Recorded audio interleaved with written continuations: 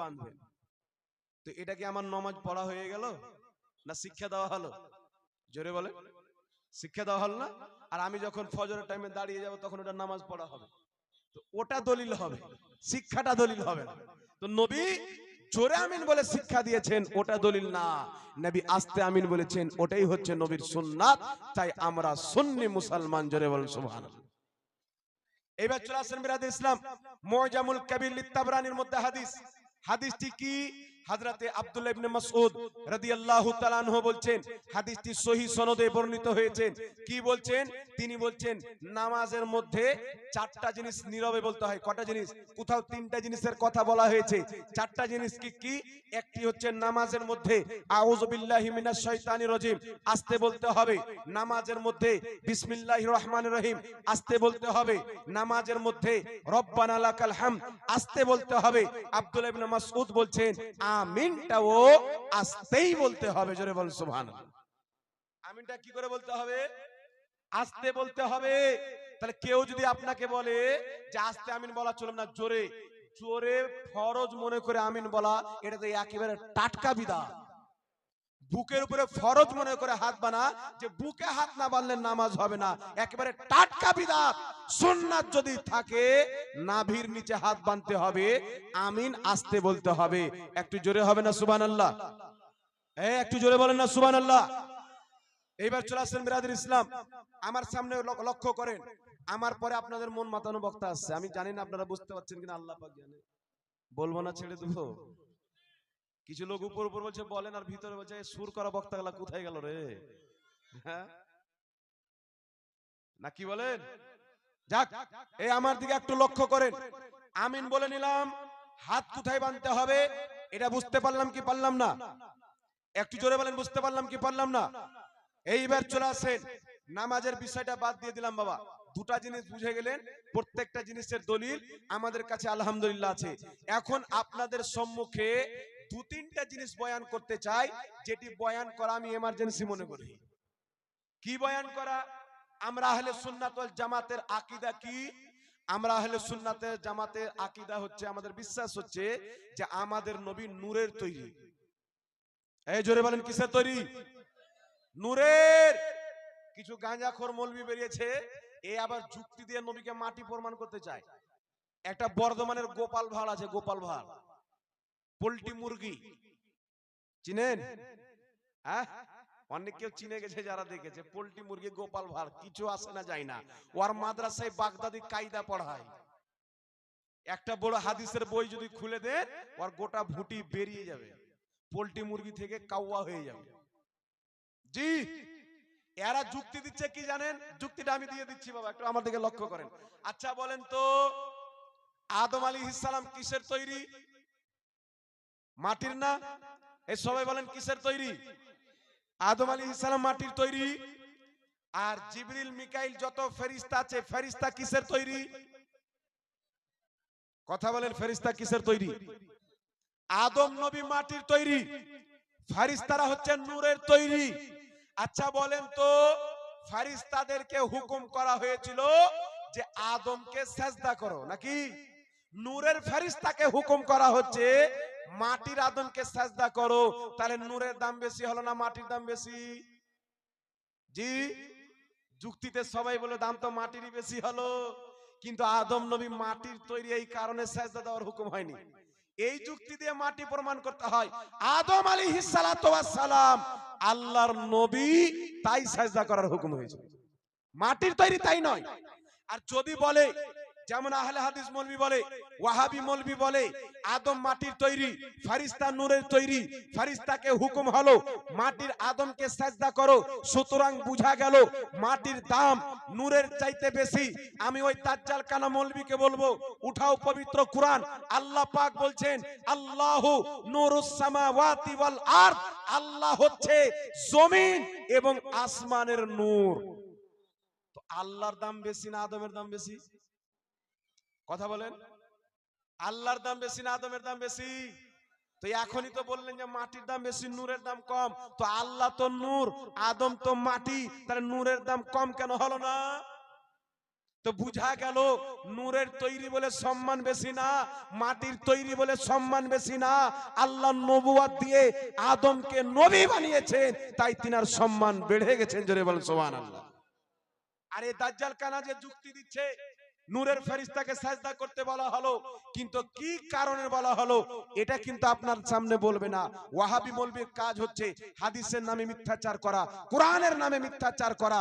আমি আপনাকে বলে দিচ্ছি, ইমাম জুরকানি রাহমাতুল্লাহ আলাইহি নিজের কিতাব সারা মাওয়াহিবুল লাদুনিয়ার মধ্যে লিখেছেন, আল্লাহ পাক হুকুম করলেন উসজুদুলি আদমা, এই আমার ফেরেশতা মণ্ডলীরা তোমরা সবাই আদমকে সাজদা করো। আল্লাহ পাক যখন সাজদা করার হুকুম দিয়ে ছিল, ইমাম জুরকানি বলছেন সাজদা কেন করতে বললেন? কারণ ছিল যে আদম আলাইহিস সালামের পেশানিতে নূরে মুহাম্মাদি ছিল। জোরে জোরে, আদমের পেশানিতে নূরে মুস্তাফা ছিল, তাই তিনাকে সাজদা করার হুকুম হলো। তাই বরেলির সরতাজ আলা হযরত বলছেন, তেরি নসলে পাক মে হে बच्चा बच्चा नूर का, तू है आईने नूर, तेरा सब घराना नूर। তাহলে বলেন তো বাবা, কেন সাজদা করতে বলা হলো? উনার পেশানিতে নূরে মুহাম্মাদি ছিল। এ দাজ্জাল কানা এটা বলবে আপনাকে? এটা বলবে না। কারণ এর কাজ হচ্ছে আপনার ঈমান চুরি করবে, ঈমান বাঁচানো তো উদ্দেশ্য না। যার কারণে বিরাদর ইসলাম শুনেন, আজ থেকে 500 বছর পূর্বের আকীদা নবী নূরের তৈরি, 1000 বছর পূর্বের আকীদা নবী নূরের তৈরি, 1450 বছর পূর্বের আকীদা নবী নূরের তৈরি, নিজের নবী মুস্তাফার আকীদা নূরের তৈরি। বলেন সুবহানাল্লাহ। আজ থেকে আপনাদের সামনে আমি 500 বছর থেকে গণাই নাকি বলেন? 500 বছর পূর্বের ইমাম, কত বছর পূর্বের? কমবেশ 500 বছর পূর্বের ইমাম, ইমাম ইবনে হাজার রহমাতুল্লাহ আলাইহি তিনার বক্তব্যকে ইমাম মোল্লা আলী কারি রহমাতুল্লাহ আলাইহি নিজের কিতাব মিশকাতের সারা মিরকাতের প্রথম খণ্ডের মধ্যে উল্লেখ করেছেন। তিনি বলছেন প্রথম সৃষ্টির ব্যাপারে কয়েক রকম হাদিস রয়েছে। হাদিস কি? আল্লাহ প্রথম কলম তৈরি করেছেন, আল্লাহ প্রথম আকল তৈরি করেছেন, আল্লাহ প্রথম নবীর নূর তৈরি করেছেন। হাদিসের মধ্যে ভিন্নতা রয়েছে। ইমাম ইবনে হাজার বলছেন কিন্তু চিন্তা করার দরকার নাই, এই সমস্ত জিনিসের আসল হলো আল্লাহ পাক সর্বপ্রথম নবীর নূর তৈরি করেছেন। জোরে হবে না সুবহানাল্লাহ? সর্বপ্রথম নবীর নূর তৈরি করেছেন। এটা 500 বছর পূর্বের আকীদা। হাদিস আমি শোনাচ্ছি বাবা, একেবারে টেনটেনে সহি হাদিস দিব, একটু আমার দিকে লক্ষ্য করেন। এইবার চলেন 1000 বছর পূর্বে যাই, কমবেশ 1000 বছর পূর্বে জগৎ বিখ্যাত ইমাম, ইমামুল আউলিয়া, ইমামুল ফুকাহা, ইমামুল মুফাসসিরিন, ইমামুল মুহাদ্দিস, পীরে পীরা, মীরে মীরা আব্দুল কাদের জিলানী গাউসে আজম, জোরে বলেন সুবহানাল্লাহ। ইনি শুধু পীর ছিলেন না, লক্ষ লক্ষ হাদিসের হাফিজ ছিলেন। কুরআন পাকের তাফসীরের কিতাব লিখেছেন তাফসীরে জিলানী। একটু আমার দিকে লক্ষ্য করেন, আব্দুল কাদের জিলানী রাহমাতুল্লাহ আলাইহির লেখা কিতাব, আমার কাছে কিতাবটি আলহামদুলিল্লাহ আছে, সিররুল আসরার ওয়া মাজহারুল আনওয়ার, পৃষ্ঠা নাম্বার 7, বেইরুত লেবাননের ছাপ। আব্দুল কাদের জিলানী বলছেন ইন্না আউয়ালু মা খালাকাল্লাহুল কলম ওয়া আউয়ালু মা খালাকাল্লাহুল আকল ওয়া আউয়ালু মা খালাকাল্লাহু নূরি। আব্দুল কাদের জিলানী বলছেন নিশ্চয় হাদিসের মধ্যে এসেছেন আল্লাহ প্রথম কলম তৈরি করেছেন, আল্লাহ প্রথম নূর তৈরি করেছেন, আল্লাহ প্রথম আকল তৈরি করেছেন। ইমাম আব্দুল কাদের জিলানী মুহাদ্দিসে জামানা, তিনি বলছেন শুনো, এটা প্রথম বলে বিভ্রান্তিতে পড়ে যেও না। আব্দুল কাদের জিলানী বলছেন ওয়া হুয়া হাকিকাতু মুহাম্মাদিয়া, এই প্রত্যেক জিনিসের আসল হচ্ছে নূরে মুহাম্মাদি। সর্বপ্রথম আল্লাহ মুস্তাফার নূর তৈরি করেছেন, মুস্তাফার নূরের বরকতে লৌহ কলম তৈরি করেছেন। বল সুবহানাল্লাহ। আচ্ছা বলেন তো, আব্দুল কাদের জিলানী, বড় পীর আব্দুল কাদের জিলানী লক্ষ লক্ষ হাদিসের হাফিজ, ইনি বেশি আকীদা বুঝতেন না আজকের গাঁজাখোর বেশি বুঝে? কথা হবে না? আব্দুল কাদের জিলানী বেশি জ্ঞানী ছিলেন না আজকের কিছু মূর্খ বক্তারা জ্ঞানী বেশি? আজকের বক্তাকে বলবেন যে বক্তা গ্যারান্টি জান্নাতে যাবে, না আব্দুল কাদের জিলানী আলহামদুলিল্লাহ জান্নাতে গ্যারান্টি, জোরে বলেন সুবহানাল্লাহ। কেউ নাকে জাহান্নামী বলতে পারবে? আল্লাহ নিজে বলে দিয়েছেন লাহুমুল বুশরা ফিল হায়াতি দুনিয়া ওয়াল আখিরা, আমার ওলিদের ব্যাপারে দুনিয়া আখিরাতে সুসংবাদ, দুনিয়াতে তাদেরকে মোহাব্বত দেব, আখিরাতে তাদেরকে জান্নাত দেব, জোরে বলেন সুবহানাল্লাহ। তাহলে 500 বছর পূর্বের আকীদা নবী নূর, 1000 বছর পূর্বের আকীদা নবী নূর। এইবার আপনাদের সম্মুখে বাবা 4টি হাদিস শোনাবো, 4টি হাদিস সহিহ। কটা হাদিস শোনাবো? 4টা হাদিস শোনাবো, 4 হাদিস সহিহ। এখানে মনে হয় কিছু প্রশ্ন এসেছে, বলছি একটু দাঁড়াবেন, কে দিয়েছেন। একটি হাদিস শুনেন, দালাইলুন নবুয়াত 1150 বছর পূর্বে ইমাম বাইহাকি লিখেছেন। আলহামদুলিল্লাহ কিতাবটি আমি কিনেছি, আমার মাদ্রাসায় রাখা আছে। দালাইলুন নবুয়াত 5ম খণ্ড, লেবাননের ছাপ। এই 5ম খণ্ডের মধ্যে একটি হাদিস নিয়েছেন ইমাম বাইহাকি। হাদিসটি কি? আদম আলাইহিস সালাতু ওয়াস সালামকে সমস্ত মানব জাতির আত্মা দেখানো হলো। আদম আলাইহিস সালাম বলছেন, আমি যখন সকলের আত্মাকে দেখছিলাম, আপনার আমার সমস্ত মানব জাতির আত্মা, আদম নবী বলছেন, তার মধ্যে আমি একটি চমকিত নূর দেখলাম, উজ্জ্বল নূর দেখলাম। দেখার পরে জিজ্ঞাসা করলাম, ইয়া রব্বি মান হাজা, ওগো আমার রব, এই নূরটাকে এত কেন চমকায়? আল্লাহ পাক বলেছিলেন, হাজা ইবনুকা আহমদ, এটা হচ্ছে তোমার ছেলে আহমদ। আল্লাহ বলেছিলেন, ওয়াহুয়া ইসমহুস সামায়ে আহমদ, জিনার নাম আকাশে আহমদ। ওয়াহুয়া ইসমুল আরদে মুহাম্মদ, জিনার নাম জমিনে মুহাম্মদ। আল্লাহ পাক বলেছিলেন, হুয়াল আউয়ালুহু ওয়াল আখিরুহু ওয়া হুয়া আউয়ালুস শাফি। আল্লাহ বলছেন, আমি জিনাকে সর্বপ্রথম তৈরি করেছি যখন জমিন ছিল না, আসমান ছিল না, জান্নাত ছিল না, হাওয়া ছিল না, পানি ছিল না, লৌহ কালাম ছিল না। আমি সর্বপ্রথম তিনাকে তৈরি করেছি। হুয়াল আখিরুহু, সবারই শেষে পাঠাবো। ওয়া হুয়া আউয়ালুস শাফি, এবং কিয়ামতের ময়দানে সর্বপ্রথম শাফাত করার অধিকার আমি আমার নবীকে দান করব। বল সুবহানাল্লাহ।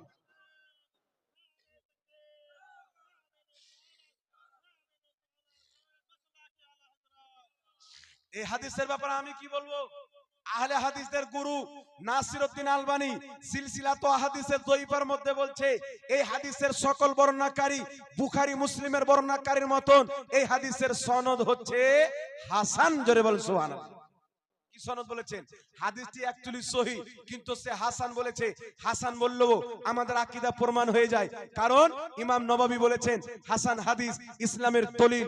ইমাম আহমদ বিন হাম্বল 10 লক্ষ হাদিসের হাফিজ বলেছেন হাসান হাদিস ইসলামের দলিল।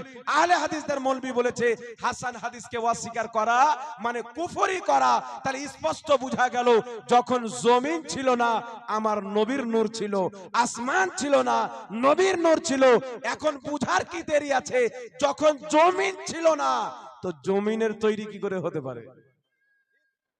যখন মাটি ছিল না, তো মাটির তৈরি কি করে হতে পারে?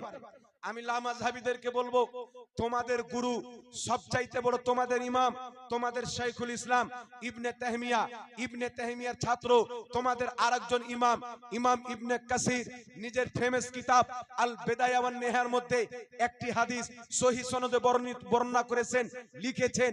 লেখার পরে তোমাদের ইমাম নিজে হাদিসটিকে সহিহ বলেছেন। হাদিসটি কি?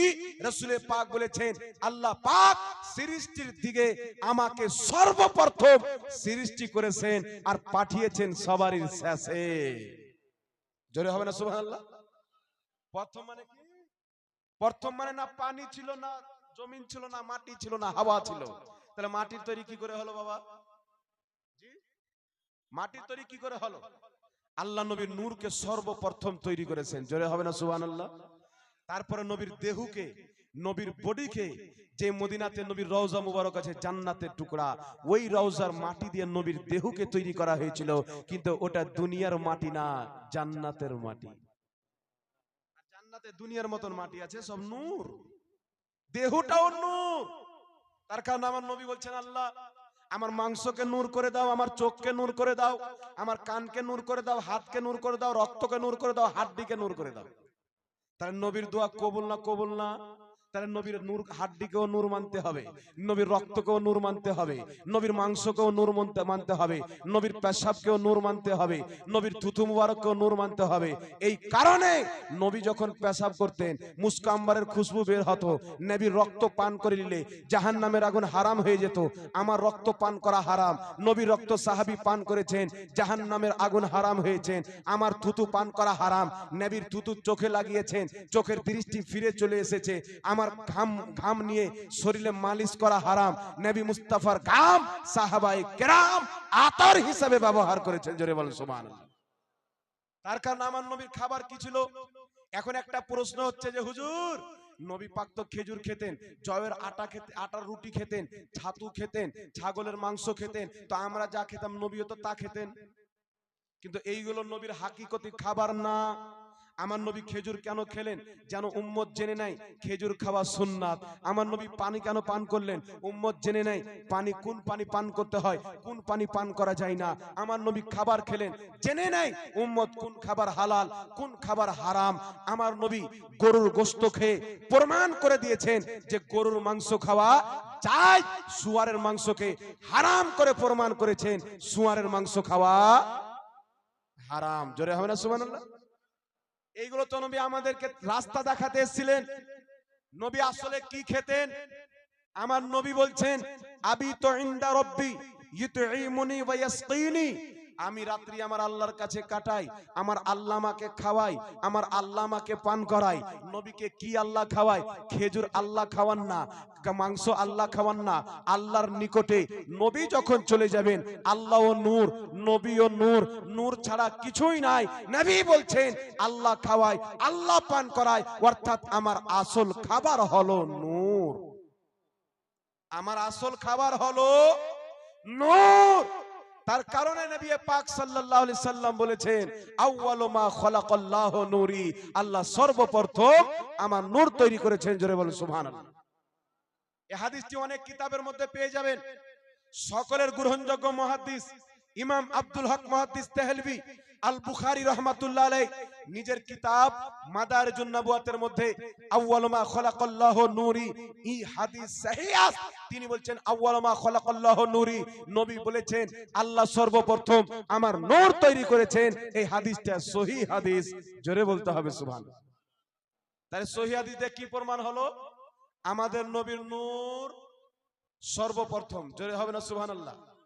আমাদের নবীর নূর সর্বপ্রথম। এইবার চলে আসেন বিরাদর ইসলাম, একটি হাদিস শোনাচ্ছি যে হাদিসটা একেবারে সহিহ হাদিস। মুসান্নাফে আব্দুর রাজ্জাক জুজউল মাফকুতের মধ্যে এই হাদিসটি বর্ণিত হয়েছে। ইমাম জুরকানি সারা মাওয়াহিবুল্লাহ দুনিয়ার মধ্যে হাদিসটিকে সহিহ বলেছেন।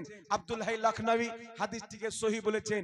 মাওয়াহিবুল্লাহ দুনিয়ার মধ্যে শারহে বুখারী ইমাম কাস্তালানি হাদিসটি উল্লেখ করেছেন। দেওবন্দীদের গুরু আশরাফ আলী থানভী নাসরুত তিব 11 পৃষ্ঠার মধ্যে হাদিসটিকে উল্লেখ করেছেন। আহলে হাদিসদের গুরু ওয়াহিদুস সামা নিজের কিতাব হাদিয়াতুল মাহদির মধ্যে হাদিসটি উল্লেখ করেছেন। হাদিসটি কি? জাবির রাদিয়াল্লাহু তাআলা আনহু বলছেন ইয়া রাসূলুল্লাহ, আল্লাহ সর্বপ্রথম কি তৈরি করেছেন?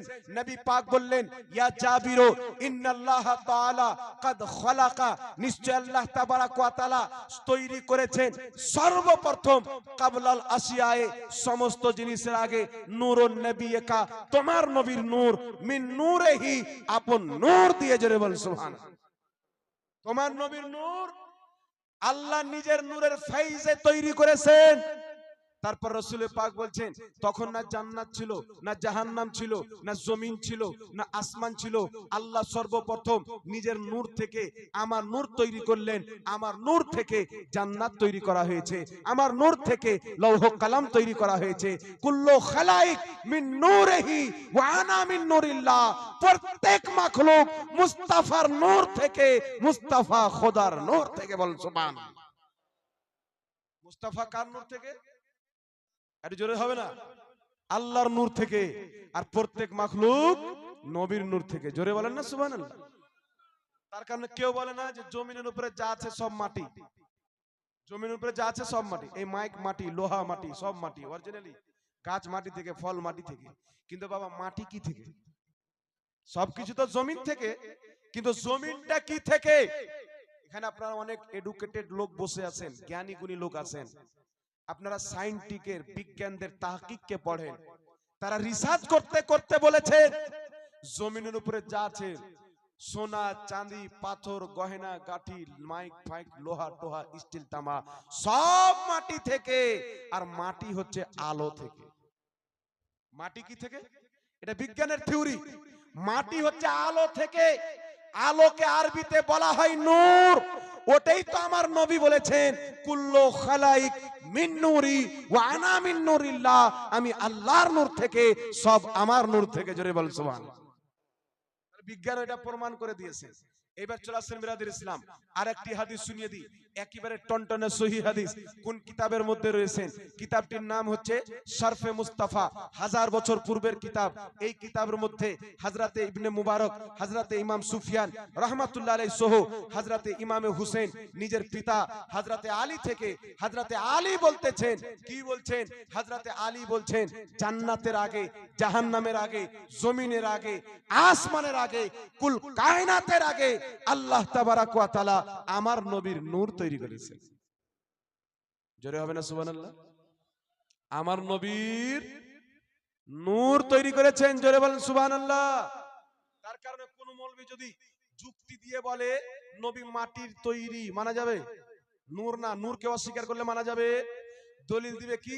ইদ ক্বালা রাব্বুকা লিল মালাইকাতি ইন্নী খালিকুন বাশারুন মিন তিন, আল্লাহ পাক বলেছিলেন ফেরেশতাকে, নিশ্চয় আমি একজন মানুষ তৈরি করব মাটি দিয়ে। আর আল্লাহ বলছেন কুল ইন্নামা আনা বাশারুম মিসলুকুম, হে নবী বলো আমি তোমাদের মতন মানুষ। তাহলে আল্লাহ বলছেন মানুষ তৈরি করব মাটি দিয়ে, তাহলে নবী মানুষ তো মাটির তৈরি হলো কি হলো না? যুক্তি দেখছেন?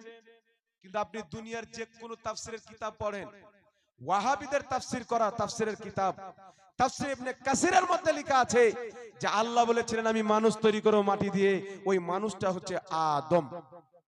কে? জোরে বলেন কে? ওই মাটিটা আদম।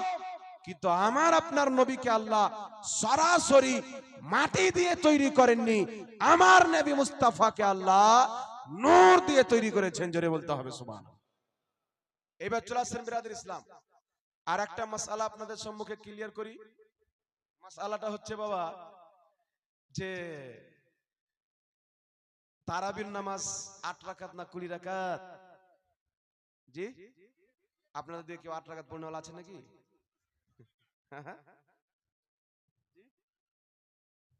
8 রাকাত পড়নেওয়ালা বেরিয়েছে এখন দুনিয়াতে, খবর আছে? জি, আপনাদের বাংলাতে মুর্শিদাবাদে একটা সিস্টার রাহুল আছে, এ ডিবেট করতে চাই। তা আমি বলেছি বেটা অন্য দলের লোকের সাথে না বসে একবার সুন্নিদের সাথে বসে দেখো না, কি বলেন? ডিবেট শব্দটাই ভুলিয়ে দেবো ওয়াহাবিদেরকে আলহামদুলিল্লাহ। আর আমাদের সাথে 150 বছর থেকে বাহাস হয়েছে, আজ পর্যন্ত কোনো একটা বাহাসে স্বপ্নতেও তারা জয়লাভ করতে পারেনি। এটা আল্লাহর মেহেরবানি। আল্লাহ তাবারাক ওয়া তাআলা ময়দানে মাঠে ঘাটে সব জায়গায় আহলে সুন্নাত ওয়াল জামাতকে জয়দান করেছে, বলেন সুবহানাল্লাহ। বিরাদর ইসলাম একটি কথা মনে রাখবেন, তারাবির নামাজ 8 রাকাত এটাই চূড়ান্ত নাকি? এই ডায়লগটা আছে না নাই? এই ডায়লগ দেনেওয়ালা আছে না নাই? বুঝে 8 রাকাত তারাবির নামাজ চূড়ান্ত, নবী থেকে প্রমাণিত। আজকের কিছু লামাযহাবী মৌলবি বলে 8 রাকাত তারাবির নবী থেকে প্রমাণিত, কিন্তু আমার চ্যালেঞ্জ, কেউ যদি নবী পাক থেকে 8 রাকাত তারাবি প্রমাণ করতে পারে, তাকে আমার পক্ষ থেকে 5 লক্ষ টাকা পুরস্কার দেওয়া হবে। হিম্মত থাকলে আমার চ্যালেঞ্জ অ্যাকসেপ্ট করবে। লুকিয়ে বলে চলে যাচ্ছি না, মিডিয়ার লোক আছে, প্রচার হবে, ওয়ার্ল্ডে যাবে। হিম্মত থাকে নবী থেকে 8 রাকাত তারাবি প্রমাণ করো, আর আমরা প্রমাণ করব 20 রাকাতের কম তারাবির নামাজ হয় না। জোরে বলেন সুবহানাল্লাহ। কিন্তু 8 রাকাতের দলিল আসলো কোথায় থেকে বাবা? আপনাকে ধোঁকা দেওয়া হবে কি দিয়ে? রমজান মাসে মায়েশা সিদ্দিকা রাদিয়াল্লাহু তাআলা আনহাকে, হাদিসটি বুখারীর মধ্যে, জিজ্ঞাসা করা হলো আম্মা জান নবী পাকের নামাজ রমজানে কেমন ছিল? তো মায়েশা বলছেন রমজানের বাইরে নবী পাক 11 রাকাতের বেশি পড়তেন না। রমজানের বাইরে নবী পাক 11 রাকাতের বেশি পড়তেন না, মানে 8 রাকাত তারাবি 3 রাকাত বেতর, এটা প্রমাণ করতে চাই। কিন্তু ওই বুখারীতে আছে, ইবনে আব্বাস বলছেন নবী পাক 13 রাকাত পড়তেন, ওই বুখারীতে আছে। আম্মা জান আয়েশা বলছেন নবী 9 রাকাত পড়তেন, 9 রাকাতের কথা বুখারীতে, 11 রাকাতের কথা বুখারীতে, 13 রাকাতের কথা বুখারীতে। তাহলে 8 রাকাতটাকে নিয়ে দৌড়াদৌড়ি করছো? 13 রাকাতের হাদিসটা তোমার বাপ নেবে? 9 রাকাতের হাদিসটা তোমার গোষ্ঠী নিবে? কে নিবে? আরে ফয়সালা আমি কি করব? ফয়সালা তোমাদের ইমাম করে দিয়েছে, আহলে হাদিসদের ইমাম, হাত ঝাড়ুয়াদের ইমাম, লা মাযহাবিদের ইমাম, জালি টুপিওয়ালাদের ইমাম নবাব সিদ্দিক হাসান খা গোপালী বুখারী শরীফের সারা আউনুল বারীর মধ্যে লিখছে, কি লিখছে? যে নাসাবা বাদহুম হাদিসুহা ইল্লাল ইস্তিরাব। আম্মা জানের হাদিস, আম্মা জান আয়েশার 11 রাকাতের হাদিসের মধ্যে ইস্তিরাব রয়েছে, জোরে বল সুবহানাল্লাহ। আর যেই হাদিসের মধ্যে ইস্তিরাব থাকে ওই হাদিসকে বলে মুস্তারিব। আর মুস্তারিব হাদিস দিয়ে দলিল গ্রহণ করা যায় না, তাহলে নাম দিয়েছে আহলে হাদিস। আমরা সহিহ হাদিস মানি আর দলিল দিচ্ছে দুর্বল হাদিস দিয়ে। তাহলে পাকা মুনাফিক না কাঁচা মুনাফিক? বাবা কথা বলেন, পাকা মুনাফিক না কাঁচা? একবারে কাঁচা মুনাফিক, মুনাফিকিও করতে জানে না। আবু জেহেলের কাছে কোর্স করতে হবে, তেবি শিখতে পারবে। শুনেন, শুধু তাদের ইমাম না, জগৎ বিখ্যাত ইমাম ইমাম ইবনে হাজার আসকালানী রাহমাতুল্লাহ আলাইহি বুখারী শরীফের সারা ফাতহুল বারীর মধ্যে লিখেছেন, নাসাবা বা'দহুম ইল্লাল ইস্তিরাব। আম্মা জান আয়েশার হাদিসের মধ্যে ইস্তিরাব রয়েছেন। শুধু তাই নয়, লা মাযহাবিদের গুরু শাওকাত না লা মাযহাবিদের গুরু নওয়াব সিদ্দিক হাসান কা গোপালী নিজের কিতাব আউনুল বারীর মধ্যে লিখছেন, বুখারীতে যে হাদিস আছে নবী রমজানের বাইরে 11 রাকাতের বেশি পড়তেন না। এটা তারাবির হাদিস না, এটা হচ্ছে তাহাজ্জুদের হাদিস। জোরে বল সুবহানাল্লাহ। এটা কিসের হাদিস? তাহাজ্জুদ আর তারাবি এক না দু? জি। এখন লা মাযহাবি বলছে 11 মাস পড়লে তাহাজ্জুদ আর রোজাতে পড়লে তারাবি। তো 11 মাস তোর বাপ আর 1 মাস খালু, না কি বলেন? জি। জোহরের নামাজ যদি সারা বছর পড়েন তো জোহর আসর হবে? তো মানুষকে বোকা বানাচ্ছে, এগুলো নফল নামাজ। যদি 11 মাস পড়েন তাহলে তাহাজ্জুদ, আর রোজার মাসে যদি পড়েন তাহলে তারাবি। বলেন নাউজুবিল্লাহ। নবী রমজানের বাইরে 11 রাকাতের বেশি পড়তেন না। তোমাদের মৌলভী গোপালী আউনুল বারীতে লিখছে এই হাদিসটি মুস্তারিব প্লাস তাহাজ্জুদের হাদিস। ইমাম ইবনে হাজার আসকালানী ফাতহুল বারীর মধ্যে লিখেছেন এই হাদিসটি মুস্তারিব প্লাস তাহাজ্জুদের হাদিস। বুঝা গেল তাহাজ্জুদের হাদিস দিয়ে তোমরা তারাবি প্রমাণ করে তোমাদের মান্যকারীকে জাহান্নামে নিয়ে যাচ্ছ। আহলে সুন্নাত ওয়াল জামাত সুন্নি মুসলমানদেরকে 20 রাকাত তারাবির পথ দেখিয়ে জান্নাতের পথ দেখিয়েছে। জোরে বল সুবহানাল্লাহ। আর একটু জোরে হবে না সুবহানাল্লাহ? তাহলে মুস্তারিব হাদিস দিয়ে দলিল দেওয়া যাবে না, এটা মুহাদ্দিসিনদের নীতিমালা। এইবার চলে আসেন আর একটি হাদিস পড়ে, যে হাদিসকে ওই যে সিস্টার আছে বলেছে গোল্ডেন চেন। হ্যাঁ বলছে গোল্ডেন চেন। কোন কিতাবে বলেছে? মুয়াত্তা ইমাম মালিক বলছেন, আমাকে হাদিস বয়ান করেছেন মোহাম্মদ বিন ইউসুফ আমাকে বলেছেন উমারে ফারুকের জামানায় হযরতে উমার উবাই বিন কাবকে এবং হযরতে তামিম দারিকে 11 রাকাত পড়ানোর আদেশ দিয়েছিলেন। 8 রাকাত তারাবি, 3 রাকাত বেতর। এটা হাদিস আছে মুয়াত্তা ইমামে মালিকের মধ্যে, এর সনদ টানটানা সহিহ। কিন্তু একটা আগে জানবেন যে কোন হাদিসের সনদ সহিহ হয় মতন দুর্বল হয়, কোন হাদিসের সনদ জয়ীফ হয় মতন সহিহ হয়। এটা হচ্ছে হাদিসের নীতিমালা। যারা হাদিসকে নিয়ে গবেষণা করেছে, পড়াশোনা করেছে, তারা এই ব্যাপারে জানবে। আলহামদুলিল্লাহ আমরা পড়েছি, আমরা ছেলেপেলেদেরকে পড়াচ্ছি। বলেন আলহামদুলিল্লাহ। একটু লক্ষ্য করে শুনবেন, মুয়াত্তা ইমামে মালিকের মধ্যে হাদিস, ইমাম মালিক বলছেন মুহাম্মদ বিন ইউসুফ আমাকে বলেছেন যে উমারে ফারুকের জামানায় 11 রাকাতের হুকুম হয়েছিল। একই মুহাম্মদ বিন ইউসুফ হাদিসটি মুসান্নাফে আব্দুর রাজ্জাকের মধ্যে তিনি তার আরেকজন ছাত্রকে বলছেন যার নাম হচ্ছে দাউদ বিন কায়েস, যে 21 রাকাতের আদেশ করেছিলেন। বুঝতে পারছেন বাবা আমার কথা? ইমাম মুহাম্মদ বিন ইউসুফের দুটো ছাত্র, ইমাম মালিক, ইমাম দাউদ বিন কায়েস। ইমাম মালিককে বলছেন 8 রাকাত তারাবির হুকুম উমারে ফারুক দিয়েছিলেন। দাউদ বিন কায়েসকে বলছেন 20 রাকাত তারাবির হুকুম দিয়েছিলেন। একই জন ব্যক্তি যখন দুই রকম কথা বলবে তখন হাদিসের মধ্যে চলে আসলো ইস্তিরাব। আর ইস্তিরাব যে হাদিসে থাকে ওই হাদিসকে বলা হয় মুস্তারিব। আর মুস্তারিব হাদিস থেকে প্রমাণ 8 রাকাত তারাবি, যেটা গ্রহণ করা যাবে না। জোরে বলেন সুবহানাল্লাহ। ইমাম ইবনে আব্দুল বার রাহমাতুল্লাহ আলাইহি নিজের কিতাব আল ইস্তিসকারের মধ্যে লিখেছেন মুহাম্মদ বিন ইউসুফ একদিকে বলছে 11 রাকাত, কোথাও বলছে 23 রাকাত। তো মুহাম্মদ বিন ইউসুফ যেখানে 11 রাকাত বলেছে সেখানে ভুল করেছে, যেখানে 20 রাকাত তারাবির কথা বলেছে সেখানে সহি বলেছেন। তাই বোঝা গেল 11 রাকাতের কথাটি হচ্ছে ভুল কথা, 20 রাকাতের কথাটি হচ্ছে সহি কথা। সহি কথাই যারা আমল করবে তারা হচ্ছে সহি আকীদার লোক। জোরে হবে না সুবহানাল্লাহ? আর ভুল কথায় আমল করলে ভুল আকীদার লোক হবে না? এ ভুল আকীদার লোক বলছে আমরা সহি আকীদার লোক। তোমাদের আকীদা তো কিচার পানি চাইতো নিকৃষ্ট, তোমাদের আকীদা তো গোবর চাইতেও খারাপ।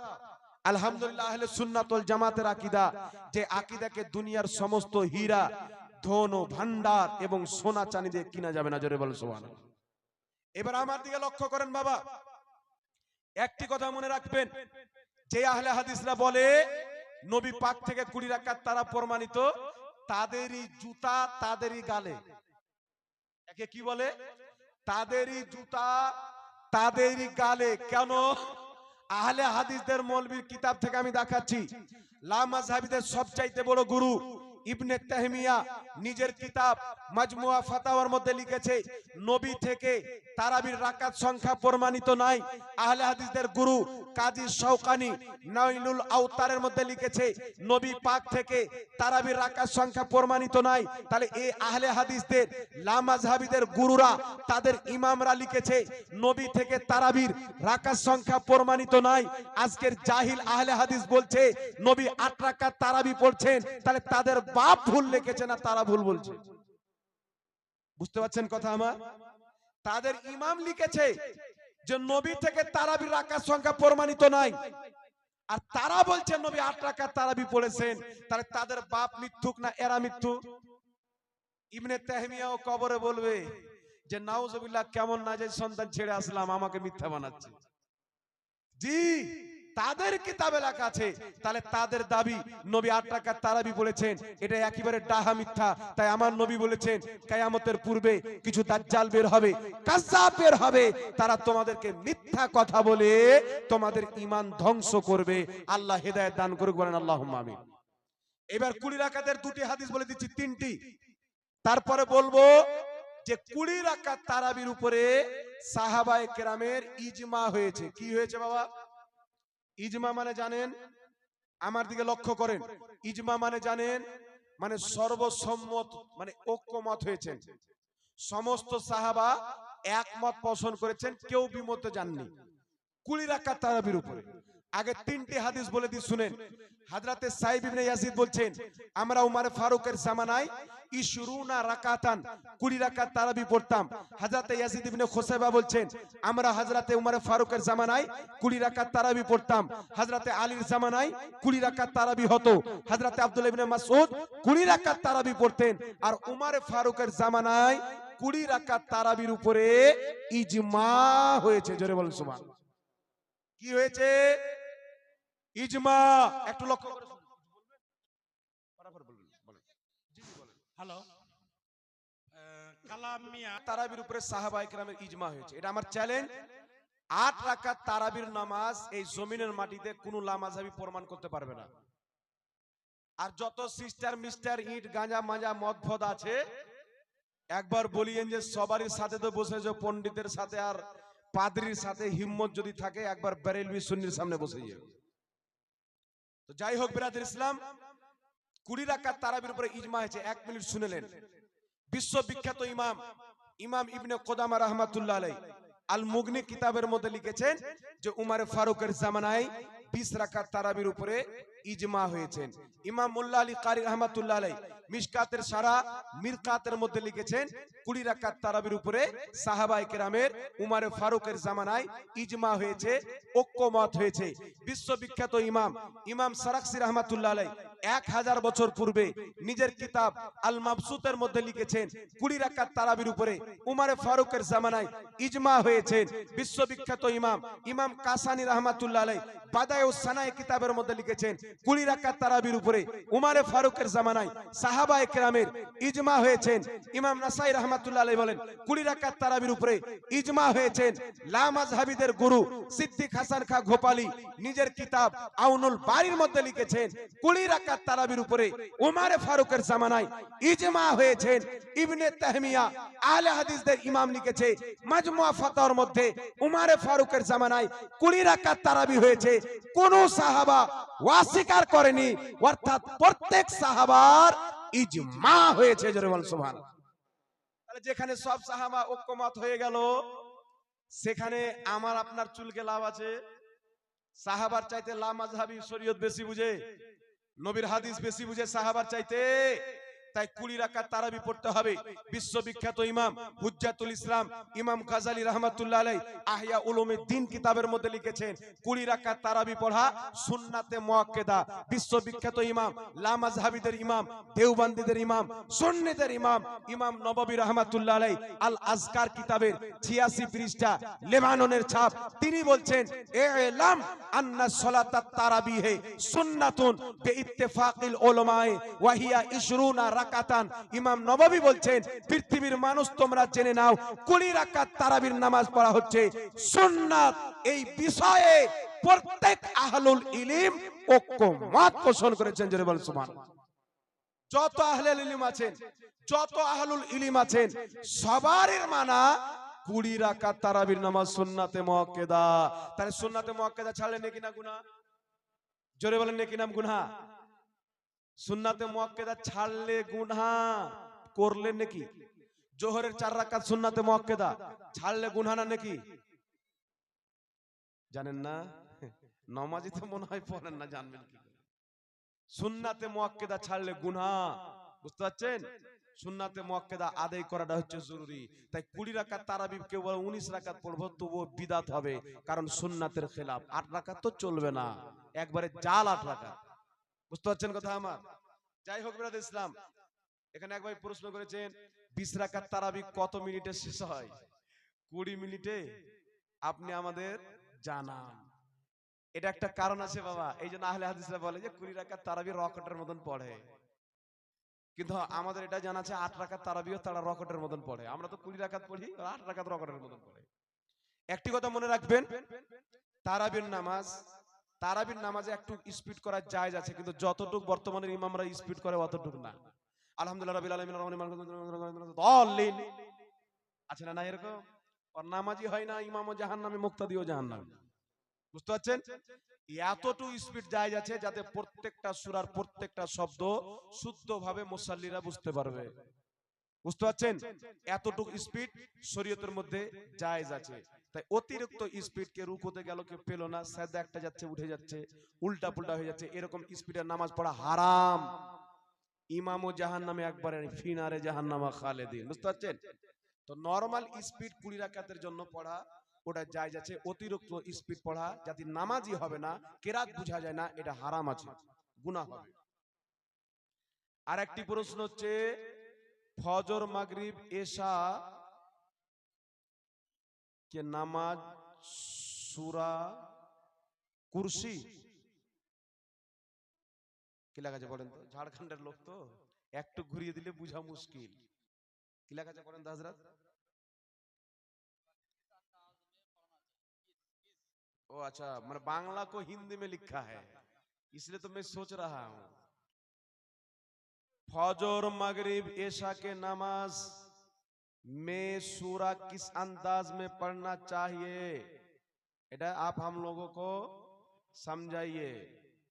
या अरबी जाना क्या है, अरबी का नमाज शुद्ध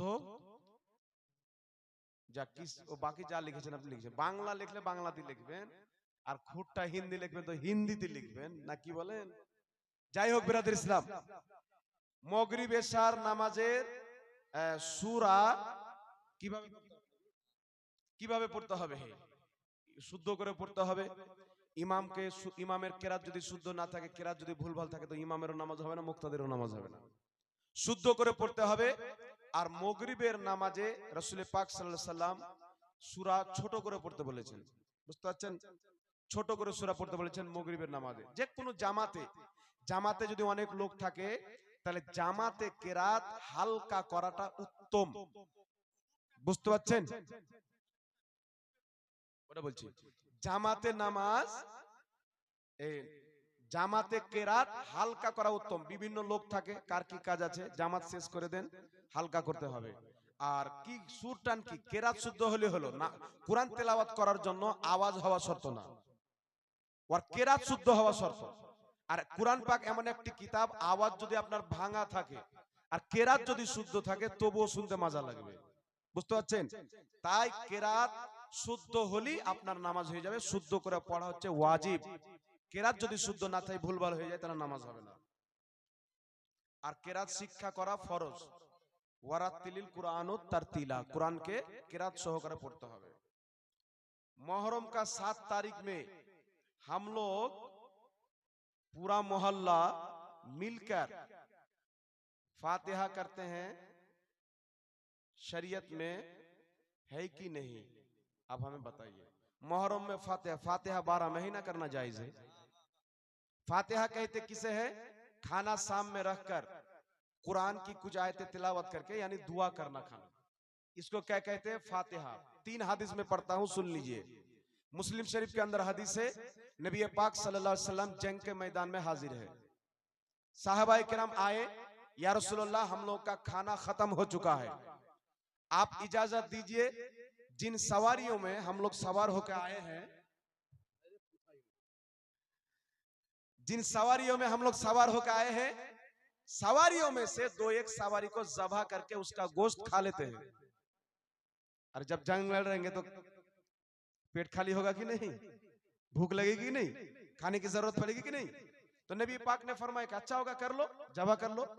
हजरत उमर फारूक ने फरमाया, या रसूलल्लाह, जिन सवारियों में हम लोग सवार होकर आए हैं, अगर उन्हीं सवारी को खा लेंगे तो हमारे पास सवारियों की कमी हो जाएगी, আমাদের কাছে সওয়ারি কমে যাবে। বুঝতে পারছেন? এদিকে তাকান, মশলাটা শুনেন। আমাদের কাছে ফাতিহা করা যাবে কিনা মশলা শুনেন।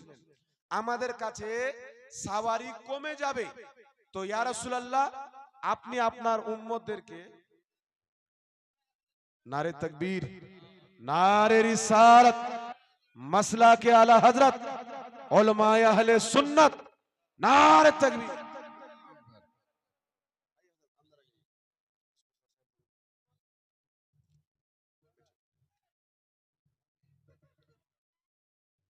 चलिए ये मसला बयान कर दो, फिर तकरीर खत्म करते हैं। मुकर्रर आ चुके हैं, सुनिए। बांग्ला में बोलो या हिंदी में? বাংলাতে বলবো, বাংলা বলবো তাহলে। এখানে প্রশ্ন করেছেন যে আমরা মুহররমে ফাতিহা করি, খিচুড়ি রান্না করে খাবার সামনে রেখে দোয়াকে ফাতিহা বলা হয়, তো ফাতিহা করাটা কতদূর কি? একটি কথা মনে রাখবেন, ফাতিহা করাটা হচ্ছে মুস্তাহাব পর্যায়ের একটি সুন্নাত। এটা দলিল, এটা মানে আমার দাবি, দাবির উপরে দলিল লাগবে না, কি বলেন? মুসলিম শরীফের হাদিস একটু লক্ষ্য করে শুনেন। নবী পাক সাল্লাল্লাহু আলাইহি ওয়াসাল্লাম যুদ্ধের ময়দানে উপস্থিত আছেন, সাহাবারা লড়াই করছেন, খিদার্ত হয়েছেন, খাবার নাই। নবী পাককে এসে বলছেন, ইয়া রাসূলুল্লাহ আপনি অনুমতি দেন, আমরা যেন আমরা যে সাওয়ারিতে সাওয়ার হয়ে এসেছি সেই সাওয়ারির মধ্যে কয়েকটা সাওয়ারি জবাই করে আমরা খেয়ে নেব। এই শুনছেন? এইদিকে তাকান না, ওই দিকে কি আছে আপনাদের? তো নবী পাক বললেন যেটা ভালো হয় করো। হযরত ওমর ফারুক বললেন, হুজুর যদি সাওয়ারি জবাই করিলেন তো সাওয়ারি কমে যাবে, চলাফেরা করতে অসুবিধা হবে না, কি বলেন? তো হুজুর এক কাজ করেন, আপনার সাহাবাকে বলেন সবাই যাদের কাছে যা খাবার আছে নিয়ে চলে আসবে। মুসলিম শরীফের একেবারে সহিহ হাদিস। আর খাবার আপনি দোয়া করে দেন। নবী পাক হুকুম করলেন যাদের কাছে যা খাবার আছে নিয়ে এসো। দাস্তারখান নবী পাক বিছালেন, ওই চাদরের উপরে সাহাবায়ে কেরাম খাবার রাখতে লাগলেন। কে রুটির একটা টুকরা, কেউ একটা দুটা খেজুর, কেউ রুটির উপরকার কালো চামড়া, সব নিয়ে এসে জমা করলেন। এতটি খাবার হলো। আমার নবী আপনার নবী সাল্লাল্লাহু আলাইহি ওয়াসাল্লাম কিছু পাঠ করলেন, পাঠ করে লক্ষ্য করে শুনেন, কিছু পাঠ করলেন, মুসলিম শরীফের হাদিস, 2 হাত উত্তোলন করলে দোয়া করলেন। তারপরে সাহাবায়ে কেরাম বলছেন, নবী হুকুম দিলেন যে আপ তোমরা খাও। আমরা এতটুকু খাবার থেকে শত শত সাহাবা পেট ভরে খেয়ে নিলাম। আমাদের খাবারের ঝোলাতে খাবার ভরেও নিলাম, আর যতটুকু ছিল অতটুকু থেকেও গেল, বলেন সুবহানাল্লাহ। তো নবী পাকের এই সুন্নাতে আমল করার কারণে এটাকে বলা হয় ফাতিহা। কি বলা হয়?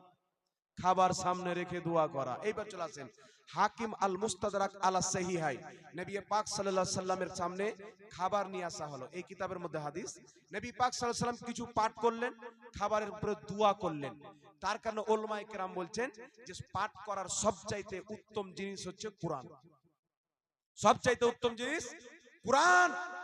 তো যখন খাবার সামনে হবে কিছু কোরআন পাকের আয়াত তেলাওয়াত করে দোয়া করে দাও, নবীর সুন্নাতে আমল হয়ে যাবে। জোরে বলেন সুবহানাল্লাহ। আমার নবী খাবার সামনে রেখে কিছু পাঠ করেছেন, দোয়া করেছেন, একই বলা হয় ফাতিহা। তার কারণে আমরা মহরমে ইমামে হুসেনের নামে 12 রবিউল আউয়ালের নবী পাকের জন্মদিনকে কেন্দ্র করে বা অন্য কোনো দিনে শুক্রবারে বা মৃত ব্যক্তির নামে আমরা এগুলো খাবার কেন তৈরি করি? খাবার এই জন্য তৈরি করি মহরমে, যে খাবারটা আমরা খাবো এই খাবারের সওয়াব ইমামে হুসেনের রওজাতে আমরা পাঠিয়ে দিব।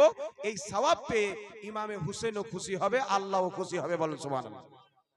তার কারণে ইমাম সিউতি আল হাবিলিল ফাতাওয়া প্রথম খণ্ড 230 পৃষ্ঠার মধ্যে সহিহ হাদিস নিয়েছেন।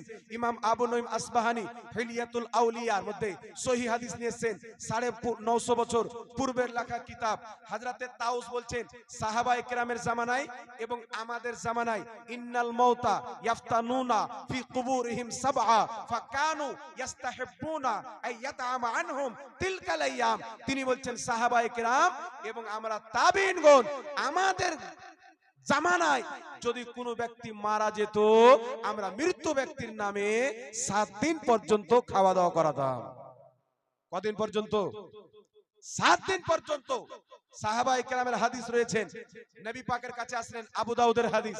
সাদ বিন আবাদা বলছেন ইয়া রাসূলুল্লাহ আমার মা মারা গেছেন, আমি আমার মায়ের নামে কিছু করতে চাই যাতে আমার মা সওয়াব পায়, কি করলে ভালো হবে? নবী পাক বললেন তোমার মায়ের নামে পানি সাদকা করো।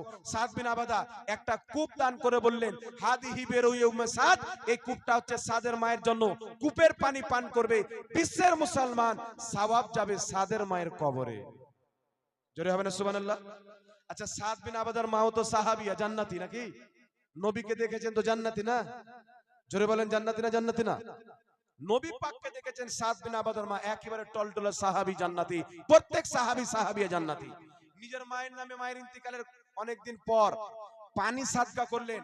তার কারণে যে কোনো মৃত্যু ব্যক্তির নামে, সে আল্লাহর ওলি হতে পারে, সাহাবা হতে পারেন, নবী হতে পারেন, গুনহেগার হতে পারেন, নামাজি হতে পারেন, হাজি হতে পারেন, তিনার ইসালে সাহকে কেন্দ্র করে বছর পর, 4 দিন পর, 40 দিন পর, 100 দিন পর, 200 দিন পর, 300 দিন পর, 1 বছর পর, 2 বছর পর, 1000 বছর পর ওই মৃত ব্যক্তির নামে ইসালে সওয়াব করা, খাওয়া দাওয়ার মাধ্যমে, পানি পান করার মাধ্যমে, কোরআন তেলাওয়াতের মাধ্যমে, দান সাদকার মাধ্যমে এটা ইসলামে জায়েজ আছে। জোরে বলেন সুবহানাল্লাহ।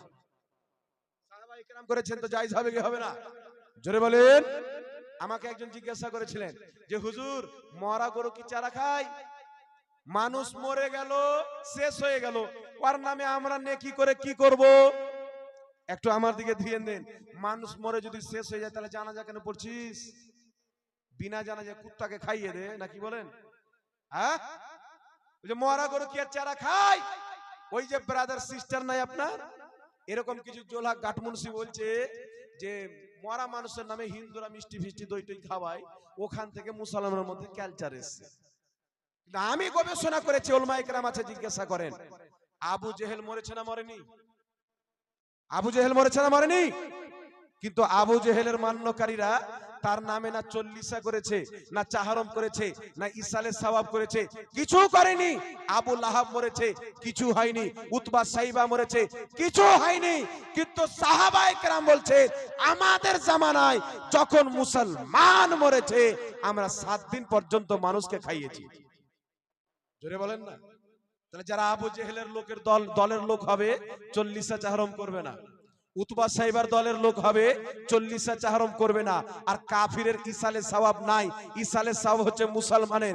মৃত্যু ব্যক্তি যদি মুসলমান হয়, এক মুসলমান দোয়া করবে তার কবরে চলে যাবে, কোরআন তেলাওয়াত করবে, আল্লাহ এর সওয়াব তার কবরে দিয়ে দাও, কবরে চলে যাবে। মানুষকে খাওয়া দাওয়া করাবে, এর সওয়াব তার কবরে চলে যাবে। বলেন সুবহানাল্লাহ।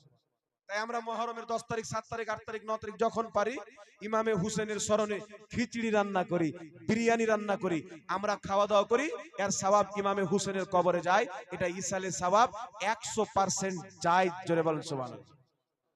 ফাতিহা করা নবীর সুন্নাত, ইসালে সাওয়াব করা সাহাবার সুন্নাত। তার কারণে মহরমে ঢোল লাঠি খেলা যাবে? জি, ঢোল খেলা, লাঠি খেলা হারাম। বিবাহতে ঢোল বাজা হারাম, ডান্স করা হারাম। মুহররম মাসে ইমামে হুসেনের নামে মাহফিল করেন, রান্না করে মানুষকে খাওয়ান। আমার নবী বলেছেন, বুখারী শরীফ প্রথম খণ্ড প্রথম অধ্যায় কিতাবুল ঈমান হাদিস নাম্বার 12, নবী পাক বলছেন তুতিমুত তাম, মানুষকে খাওয়া দাওয়া করানো উত্তম ইবাদতের কাজ। সুবহানাল্লাহ হবে না? তাই গরিবকেও খাওয়াতে পারেন, মিসকিনকেও খাওয়াতে পারেন। আমার নবী বলেছেন তুমি যদি নিজে খাও ওটাও তোমার জন্য সাদকা। আমি নিজে খেলাম, দোয়া করলাম আল্লাহ আমাকে যে রিজিকটা তুমি দিয়েছো আমি খেয়েছি, এর যতটুকু সওয়াব তুমি আমাকে দিবে এই সওয়াবটা তোমার নবীর রওজাতে পাঠিয়ে দাও। আল্লাহ নবীর রওজায় পাঠিয়ে দেবে, হুসাইনের রওজাতে পাঠিয়ে দাও, হুসাইনের রওজাতে পাঠিয়ে দিবে, মা বাপের রওজাতে পাঠিয়ে দাও, আল্লাহ মা বাপের রওজায় পাঠিয়ে দিবে। জোরে বলেন সুবহানাল্লাহ। তাই গরিব মিসকিন ফকির সবাইকে খাওয়ানো যায়, কিন্তু ওয়াহাবিকে খাওয়ানো যায় না। বুঝতে পারছেন? গৌস কা ফাতিহা তুম করো শান সে, सिरनी बांटना लोगों पहचान के, कौवा खाने की लत पड़ गई हो जिसे उसे मुर्गा खिलाना जरूरी नहीं। বর্ধমানের পোল্ট্রি মুরগি বলছে একটা কথা বলে বক্তব্য শেষ। আমাদের হযরত মাওলানা নুরুল হক কাদরি সাহেব কিবলা উপস্থিত হয়ে গেছেন। আল্লাহ পাক ইলমে হায়াতে বরকত দান করে, বলেন আল্লাহুম্মা আমিন। বেগমগঞ্জ মাদ্রাসার বিখ্যাত বড় মাদ্রাসা, সেই মাদ্রাসার তিনি সেক্রেটারি সাহেব, নিজের মাদ্রাসা চালায়। আজকে এসেছেন, আমি এই কথাটা বলি নিজের বক্তব্য শেষ করে দিতে চাই। ওই বর্ধমানের একটা পোল্ট্রি মুরগি বেরিয়েছে গোপাল ভাঁড়। এই ভাঁড় বলছে যে মরা মানুষের নামে মানুষকে খাওয়া দাওয়া করানো বিদআত, হারাম, এর চাইতে সুয়ার খাওয়া বেশি ভালো। বলে নাউজুবিল্লাহ। আর তারপরে কি বলছে? বলছে মৃত্যু ব্যক্তির নামে যদি খাওয়া দাওয়ার অতই শখ থাকে তো আমার মাদ্রাসাতে দিয়ে দিও। একটু আগে বললো যে মরা মানুষের নামে মানুষকে খাওয়া দাওয়া করানো হারাম, আর এক জায়গায় বক্তব্য দিয়ে বলছে আমার মাদ্রাসায় দিয়ে দিও। মানুষকে খাওয়া দাওয়া করানো যদি হারাম হয় তো ওর মাদ্রাসায় কুত্তা বিল্লি আছে নাকি? ও কুত্তা বিল্লি? এগুলো হচ্ছে মুনাফিক, এদের ফতোয়ায় কান দিবেন না। আহলে সুন্নাত ওয়াল জামাত সুন্নি আলিমদের বক্তব্য শুনবেন সব সময়, এদের বক্তব্য আসলে হটিয়ে দিবেন। আবু জেহেল বলে হটাবেন, নেকি পাবেন। জি, এই শয়তানদের বক্তব্য শুনবেন না। আর যদি কেউ বেশি বাড়াবাড়ি করে যোগাযোগ আমাদের সাথে করবেন। কি পোস্টমর্টম করতে হবে সব রকম অস্ত্র আমাদের কাছে আছে আলহামদুলিল্লাহ। যাক, একটা লাস্ট প্রশ্ন কি করেছেন? তাজিয়ার সামনে, তাজিয়া করাই হারাম, তো সামনে কি লেখা আছে? তাজিয়ার সামনে এটা কি লেখা আছে? ই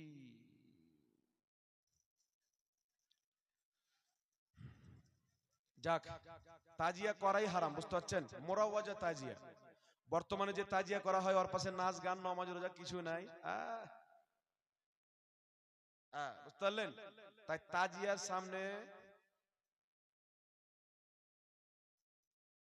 খালা বেশি দিন বাঁচবেন না, এইভাবে আসিয়েন না, কাউকে দিয়ে পাঠাবেন। আপনারা আসতে হয় না মৌলবীদের সামনে, যান। আল্লাহ পাক 100 টাকা দান দিয়েছেন, আমার মা কবুল করুক, হায়াত দারাজ করুক, সকলে বলুন আল্লাহুম্মা আমিন। লেন হযরত। যাক শুনেন, তাজিয়ার সামনে ফাতিহা করা, দোয়া করা এগুলো বৈধ না, তাজিয়াই বানাবেন না। বুঝতে পারলেন? একটা তাজিয়াতে 10,000 টাকা খরচ করেন না, আপনি যদি বাপের বেটা থাকেন 10,000 তাজিয়াতে না দিয়ে একটা গরিবের বেটির বিয়ে দিয়ে দিন তো।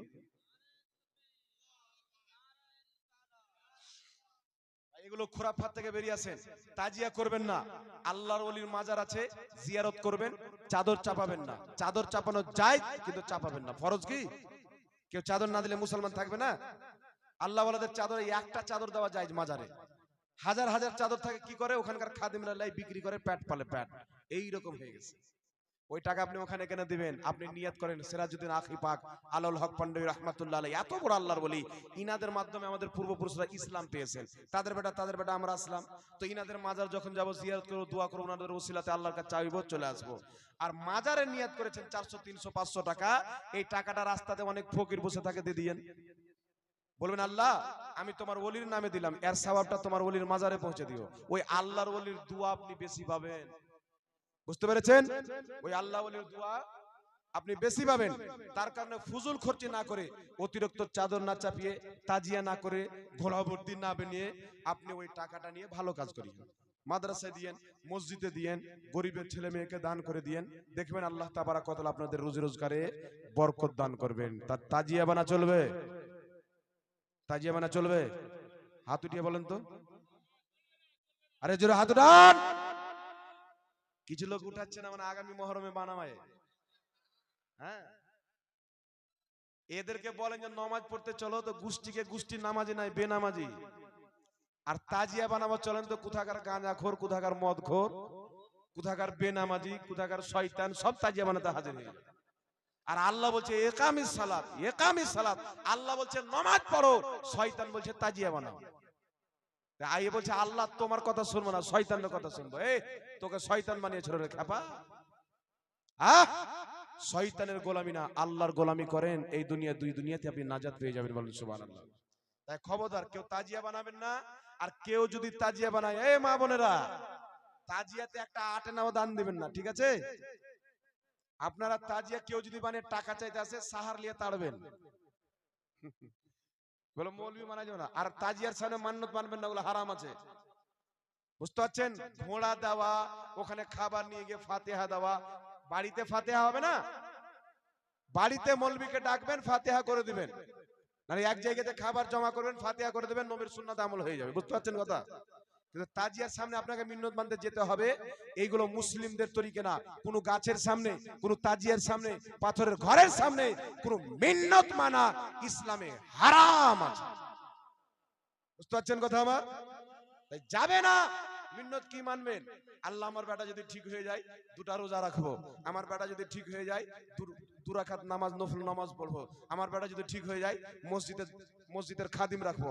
বেটা যদি ঠিক হয়ে যায়, হাফিজের কোরআনের হাফিজ বানাবো। বেটা যদি ঠিক হয়ে যায়, তাহলে আমার যদি বেটা হয় তাহলে মৌলবি বানাবো। এইগুলো মিন্নত মানবেন।